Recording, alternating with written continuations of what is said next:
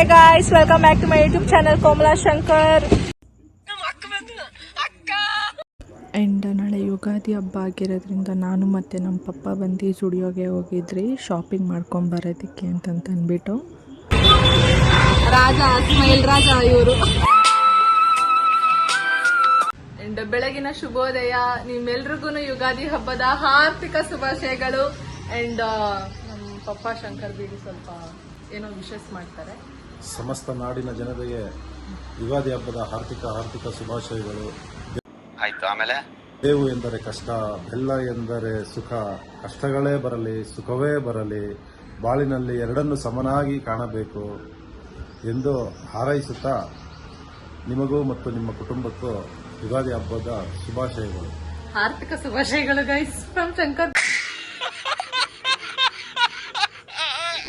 And ನಾನು ನಮ್ಮ ಅಪ್ಪಗೆ ಸ್ವಲ್ಪ ಹೆಲ್ಪ್ ಮಾಡ್ತಿದ್ದೆ ತೋರಣ ಎಲ್ಲ ಕಟ್ಟೋದ್ರಲ್ಲಿ. ನಾನು ನಮ್ಮ ಪಪ್ಪ ಇಷ್ಟೊತ್ತು ತೋರಣ ಎಲ್ಲ ಕಟ್ಟಿದ್ದಾಯಿತು. ನಾನು ಹೆಂಗೋ ದೇವ್ರ ಸಾಮಾನೆಲ್ಲ ತೊಳಿತಿದ್ರು.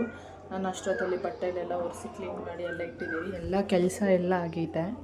ಇವಾಗ ಏನಿದ್ರು ಒಂದು ಹೊತ್ತಕ್ಕೆ ಇವಾಗ ಕರೆಕ್ಟಾಗಿ ಹೊಟ್ಟೆ ತುಂಬ ಗಡತ್ತಾಗಿ ತಿನ್ಬಿಡ್ಬೇಕು ಅನಿಸ್ತೈತೆ.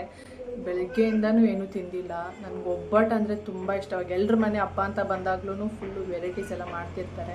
ನನಗೆ ಬೇಳೆ ಒಬ್ಬಟ್ಟು ಅಂದರೆ ಜಾಸ್ತಿ ಇಷ್ಟ.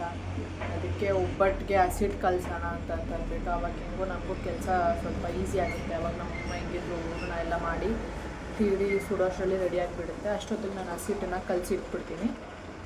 ಅದಾದಮೇಲೆ ಯುಗಾದಿ ಹಬ್ಬ ನೋಡಿ ನಮ್ಮ ಶಂಕರ್ ನಂದು ಇವತ್ತಿನ outfit of the day.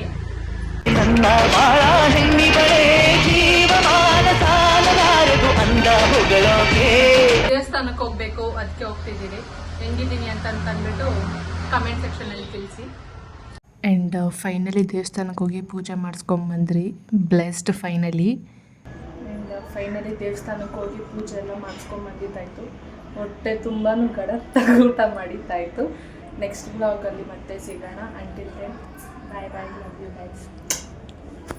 Please share, like, comment and subscribe my YouTube channel.